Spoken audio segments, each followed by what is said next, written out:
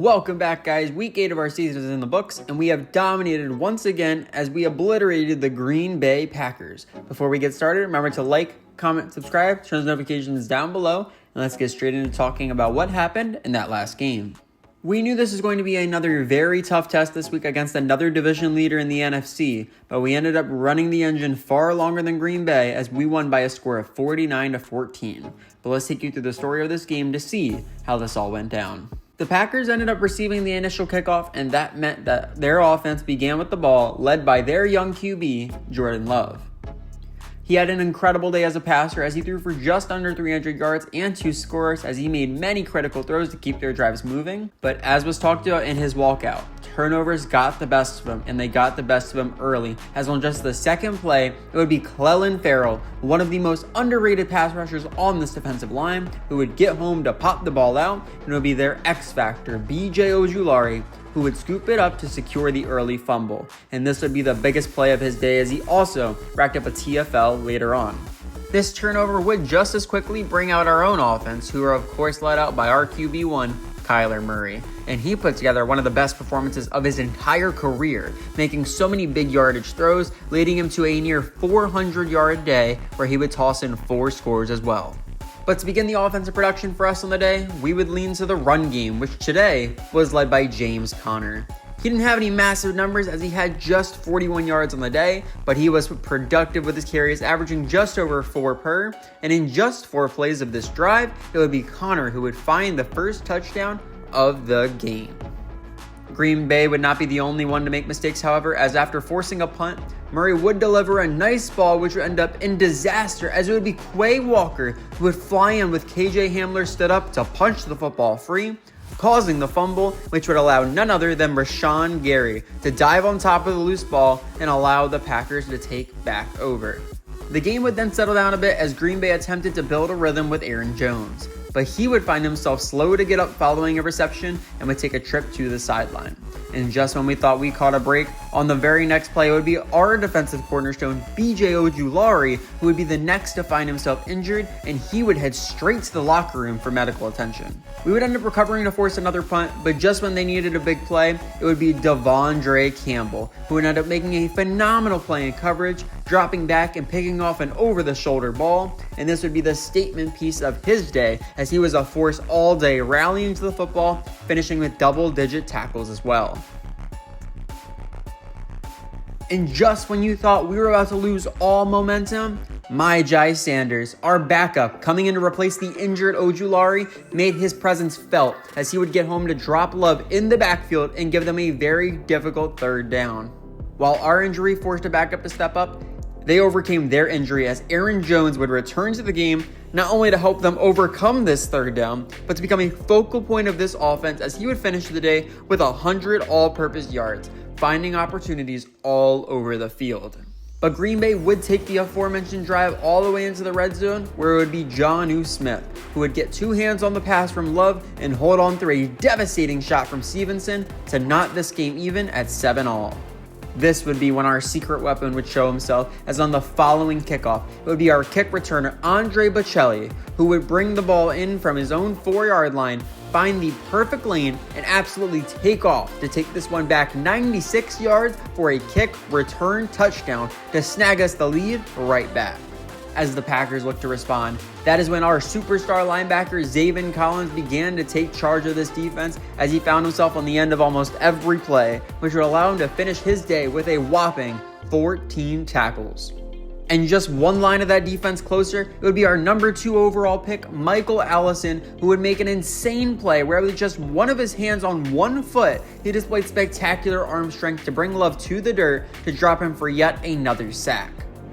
Following this, both teams would end up punting, and then the Packers would take their shot right back, as a massive breakdown in coverage would allow Jaden Reed to run wide open down the field as Love would get him the ball, and he would waltz into the end zone to once more bring this game level, and this 45-yard score would cement an impressive receiving day, as with the addition of 6 other receptions on the day, he would total over 100 yards on the game through the air. And if you hit us with a big pass, we'll hit you with one right back, as Murray would sling the ball into none other than Hollywood Brown, who would utilize his game-changing speed to capitalize on a great block from Michael Wilson, which would give him the lane down the sideline, which he would take 62 yards to cross the goal line and to once more, almost immediately, rip back our lead in this game. Nearing the end of this half, we would run the 2-minute drill, and as we found our way into the red zone with 30 seconds remaining, we would find our most reliable option and none other than Trey McBride, as he would get the ball in stride, turns to take the perfect angle to the pylon, and he beat the defender to the end zone to pick up the final points before the half to put us up by 2 scores for the first time in this game. And he would not be done there, as on the very first play of the second half, he would bring in another grab, this time off a long ball from Murray, which he would end up taking 77 yards downfield for back-to-back touchdown receptions. Now with Green Bay's first possession of the second half, as they look to bring this game back to manageable, Tyreek Stevenson would wreck all of their plans, as on third down, he would come away with a beautiful INT to once more get the defense off the field and set our offense up with great field position. As the rest of the third quarter progressed, we would begin to involve Tyson Williams a bit more, and while he did not have an astronomical yardage total with just 40, he was very efficient every time he got the ball, averaging 4 per carry.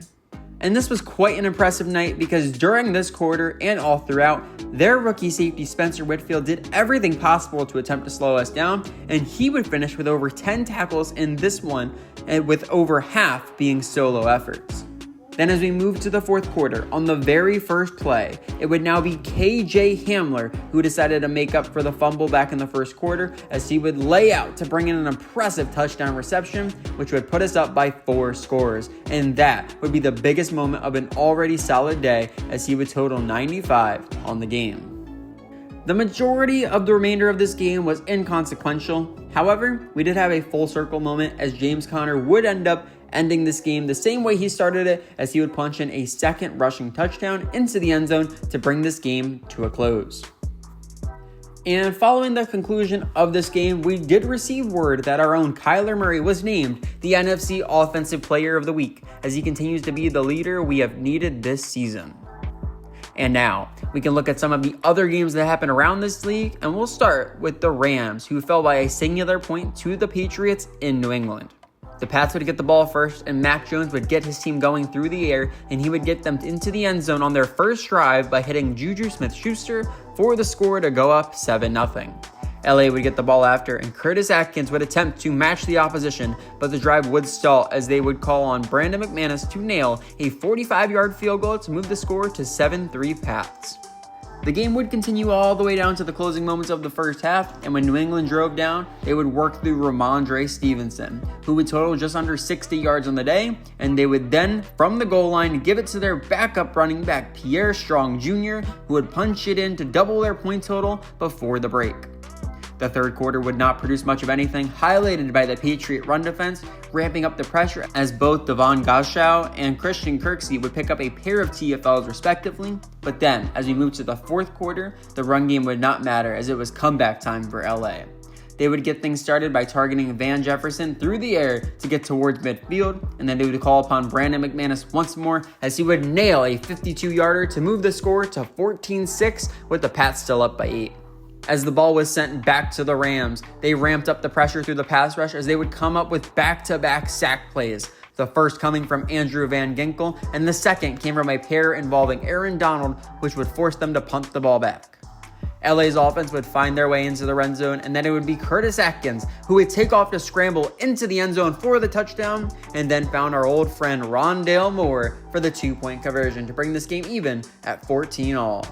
But the Rams would not let up the pressure of the pass rush, which would force a bad throw from Jones, which would be picked off by Duke Shelley, and he would run it back to inside the 1. And it was simple at that point for them to give the ball to their rookie fullback, Garrett Walker, to have them take the lead with just over 2 minutes left in the ballgame. So, with the game on the line, the ball would go back to Mac Jones, and he would find his big play as he hit Devin Duvernay, who would break one away for 44 yards to come away with a touchdown score. But they weren't playing for a tie, as they would go for 2, and Ramondre Stevenson would punch it in to move the score to Rams 22, Patriots 21.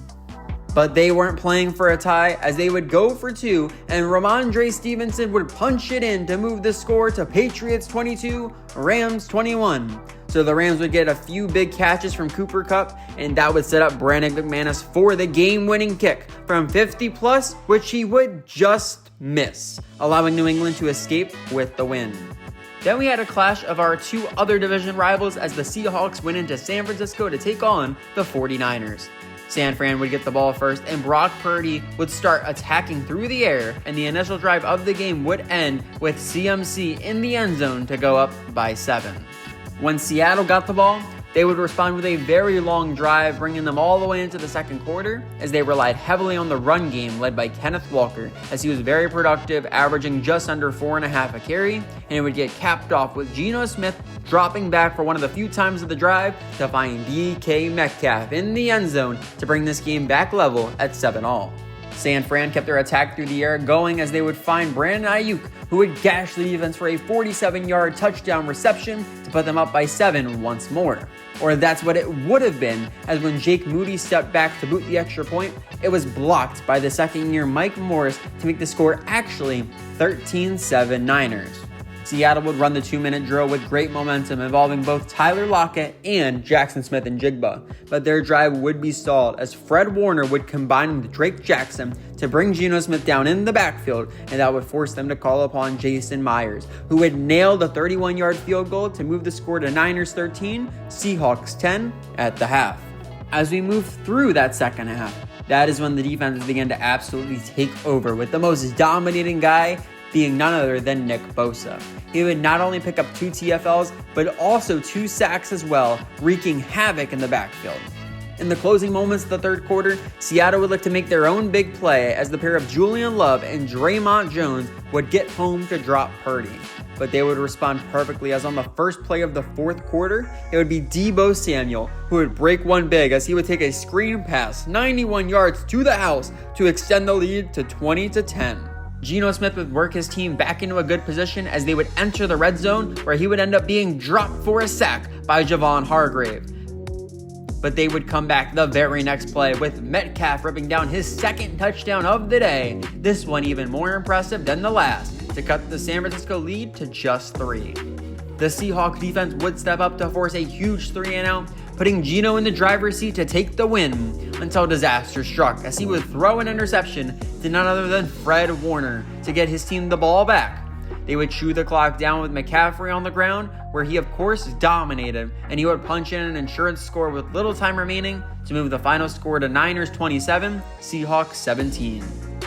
And for our last game, we take a look at our Sunday Night Football clash with a battle of the birds as the Ravens travel into Philly to take on the Eagles. And it started out hot for the home squad as they would begin pounding the rock with DeAndre Swift, who would get himself just over 90 yards on the game. And as they found themselves down on the goal line, they would call the brotherly shove to get Jalen Hurts into the end zone to begin the scoring on the day. They would make a big 3-and-out stop on the Ravens' initial drive, and Hurts would take their dominance to the passing attack. And after driving down using Dallas Goedert as a focal point, as he would cross the 70-yard mark.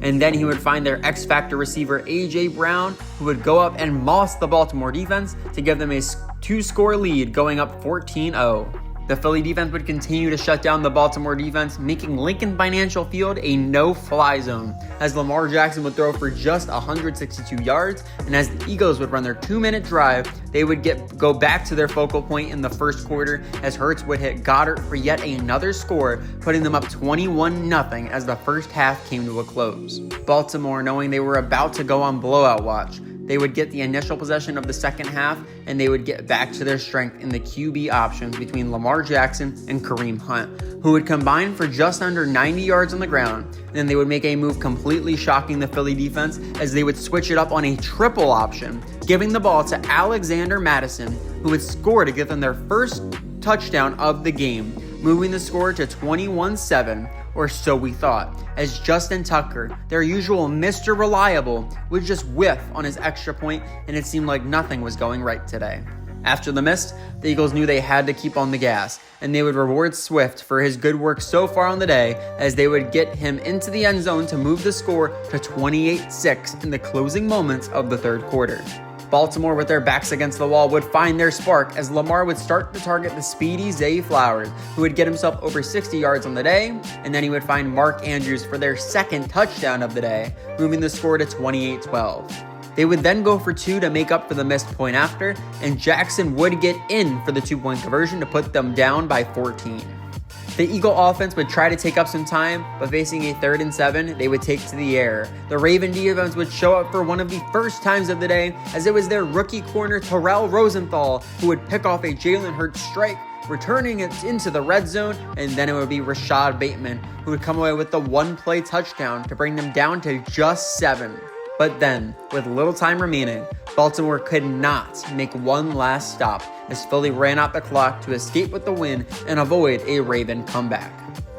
After looking over the games of this past week, let's have another check-in to see how the standings shake out at this point in the year. We have continued our undefeated stretch, and at 8-0, we aren't just the top team in the NFC, we are the top team in the entire NFL, with the pair of Cincinnati and New York trailing us with just 1 loss. Focusing in on the NFC West, that would obviously leave us as the top team. We started the year with back-to-back blowouts, then we found a big win on the road against the team we lost the Super Bowl to last season in the Chiefs. Then we continue that by continuing to beat down on multiple AFC squads as we went through the Vikings, the Bills, the Pats, and the Jets. And then we just came off our massive victory against Green Bay. Looking forward, we have 3 huge division games because we are facing the Seahawks on the road, which is squished between 2 games against San Francisco before we get our bye week in week 12. And those are the 2 teams just under us as they both sit at 5-3. So, starting with San Fran, they would end up losing a massive season opener to the Bills by 3, but then they won week 2 by 3 against the Commanders.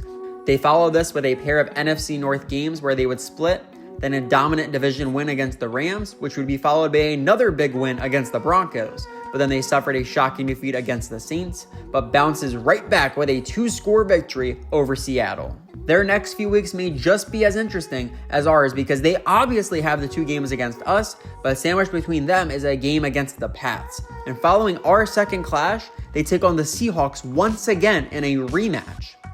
Moving along to those Seahawks, their season has been a story of the illustrious win streak, as following their shocking opening loss to the Raiders, they would go on a 5-game win streak against the likes of the Patriots, Dolphins, Packers, Vikings, and Bucks. But then week 7 would change the tide as they would take a pair of division losses to both the Rams and the Niners. Their next few weeks involve those previously mentioned division matchups as they face every member of the division before they reach their bye week. Lastly, we have the Rams, who sit at the bottom spot at 2-6, and they knew they would have their struggles this year, which did happen as they had their own 5-game streak to start, but this one was of the losing variety, as they would fall to the Bears, Falcons, Bills, Lions, and Niners. But then the tides would turn as they picked up a win against the Finns, then upset the Seahawks, and then lost a nail-biter against the Pats. Now, LA goes into their bye this week, and then their momentum will get tested as they have the Battle of LA against the Chargers, followed by the Seahawks, and then the Packers. We got our first look at the yearly award races, and the current leader for MVP is Justin Herbert, with our own Kyler Murray at 7, and BJ Ojulari at 9. The current leader for Coach of the Year is the Jaguars' Doug Peterson, with our coach sitting right behind him at 2. For the NFC, the current Offensive Player of the Year is Christian McCaffrey, and our own James Conner is sitting at 10. The Defensive Player of the Year race has our own BJ Ojulari as the favorite, with his teammates Bryce Huff and Michael Allison sitting at 3 and 10 respectively. The Offensive Rookie of the Year race has Darnell Slayton of the Buccaneers at 1, and our own Sean Jones is at 10. For Defensive Rookie of the Year, our number 2 overall pick, Michael Allison, is the favorite, and his backup, Lonnie Johnson, sits at 6. The best QB looks to be Brock Purdy, with Kyler Murray sitting at 4. The best running back looks to be CMC, with James Conner at 4. The best wide receiver is currently Brandon Ayuk, with our own Hollywood Brown and KJ Hamler holding down the 5 and 6 spots.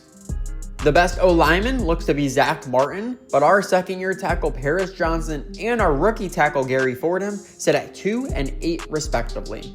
On the defensive line, it looks like Nick Bosa is looking like the number 1 candidate, but Bryce Huff and Michael Allison are both in the mix at 2 and 7. We are dominating the best linebacker award race right now, as BJ Ojulari is the favorite with Khalil Mack right behind him at 2. For best defensive back, Jaron Kearse leads the way with our own Budda Baker right behind him at 2. And for best kicker, Chase McLaughlin is the favorite with our own Nate Garfield once again sitting at 2. Now checking on league-wide stat leaders. Kyler Murray is the passing yards leader and second in passing touchdowns, trailing Justin Herbert by just 1 score. And the most picks in the league goes to Jordan Love with 14. The most sacked QB in the league has been Desmond Ridder with 22 thus far. The leading rusher has been Josh Jacobs, and he also leads the league in rushing scores with 10. But 3 backs trail him by just 1 score, including our own James Conner.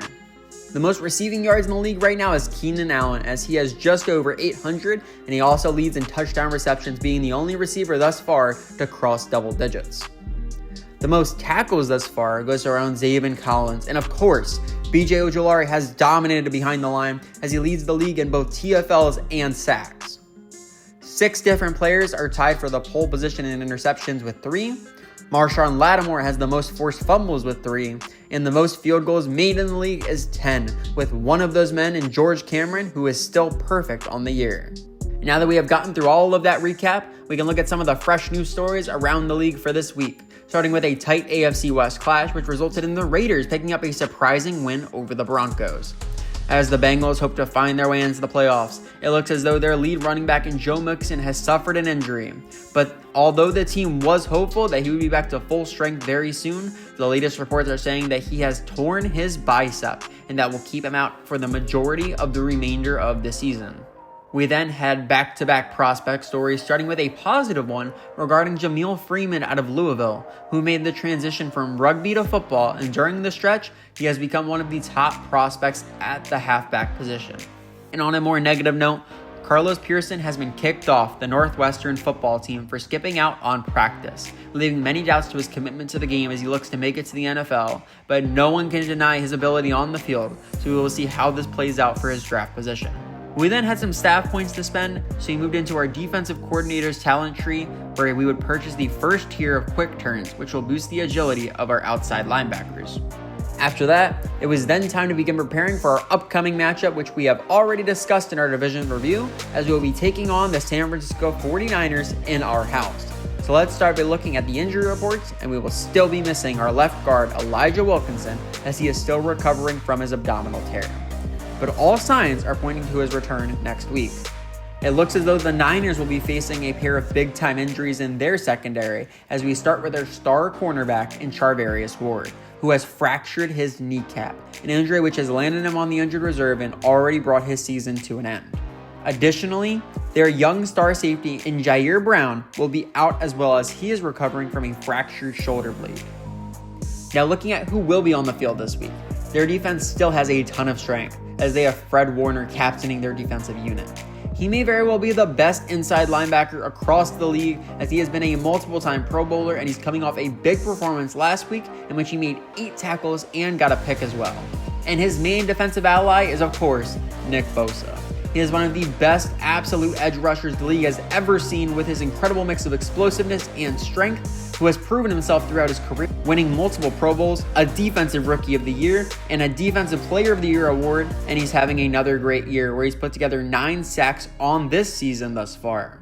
But these 2 stars aren't the only thing going for this defense, as at outside linebacker, they have their 27-year-old Dre Greenlaw, and he is a phenomenal complement to Warner, as they are both incredible when they drop back in coverage, leading to Greenlaw picking up 2 interceptions thus far on the year. And holding down the secondary for them is their young star safety, Talanoa Hufanga. He is such an incredible asset for them, as he is able to influence the game in just about any way they could ask on the defensive side, which has led him to being named a Pro Bowler. Now, when it comes to the offense, the man who gives this team their overall identity is, of course, George Kittle. Midway through his 8th season as a tight end in the National Football League, he has shown why he is one of the premier players in this league, and while he may not be bringing in these massive receiving numbers, it is not due to a lack of skill. He is simply so talented in his run blocking ability, he is primarily used as a 6th lineman for them when he's on the field. The man who does get their production with the ball is none other than Deebo Samuel, a man with an insane amount of athletic ability, which allows him to dominate as both a receiver and a rusher. And last week, he leaned more towards the receiving end of things as he ended up bringing in 4 balls for 133 yards and a score in their big divisional win. And his flexibility as an offensive option opens up the playmaking ability of Brandon Ayuk. He is another superstar that is scattered all over this team, and he tends to get them the big plays when they need them within this offense. And he's hoping to continue the success he had last season as he brought in 13 scores as he crossed the 1,000-yard mark through the air, which earned him his first Pro Bowl nod. And the man who everything runs through for this team, the man who sets up the tempo of the entire offensive unit, is of course Christian McCaffrey. Quite possibly the best running back across the entire NFL, as he is able to not only avoid almost every tackle attempt, but also makes plays outside of the backfield as a receiver, and he proved it in their last clash as he scored once through both methods. Overall, as a team, they have plenty of superstars across both the offense and the defense, but outside of them, they have some serious concerns on both the offensive and defensive lines, as well as their defensive secondary. And we should be able to take advantage of these weaknesses to avoid these more skilled players. Now that we know who we are facing this week, we can begin to discuss our game plan for this upcoming matchup. Starting on defense, we want to defend the short pass. We talked about how their offensive line isn't standout by any means, and knowing the amount of pressure we're able to cause on the quarterback, they'll be looking to get it out quick, and we need to be ready to defend it. And then on the offensive side, we need to counter the blitz. This team loves to send the house to allow Bosa to get one-on-one opportunities and allow the pair of Warner and Greenlaw to feast on bad throws and coverage. So if we pick up blocks well and make good decisions in the passing game, we should be able to handle this team well. So now we can discuss our goals for this game. First, we want to get 15 or more first downs. Getting that many first downs means we are extending drives, pounding the rock, and taking advantage of their weaknesses on the defensive line. Next, we want to get 300 plus offensive yards. With our offense, this shouldn't be a number we should struggle to get to. However, it is an important marker to meet facing so many stars on defense. After that, we want to allow 20 points or less. While we think we will handle this team well with our defense, we do have to respect their pure talent that can sometimes beat even a great game plan. Lastly, let's get ourselves an interception. Brock Purdy, although better than Mr. Irrelevant usually is in this league, at this point in his career, he is still a weakness in this offense, and we are going to hope that leads us to taking the ball from them off of one of his throws. We then proceeded through training camp for the week, and we escaped unscathed, meaning we will have no additional injuries to add to the list as we head into our stretch of divisional games, and this is also the final point that we needed to discuss for this week. So, if you all enjoyed, remember to like, comment, subscribe, turn on those notifications down below, and I will see you all next time as we will await our division rivals in the San Francisco 49ers.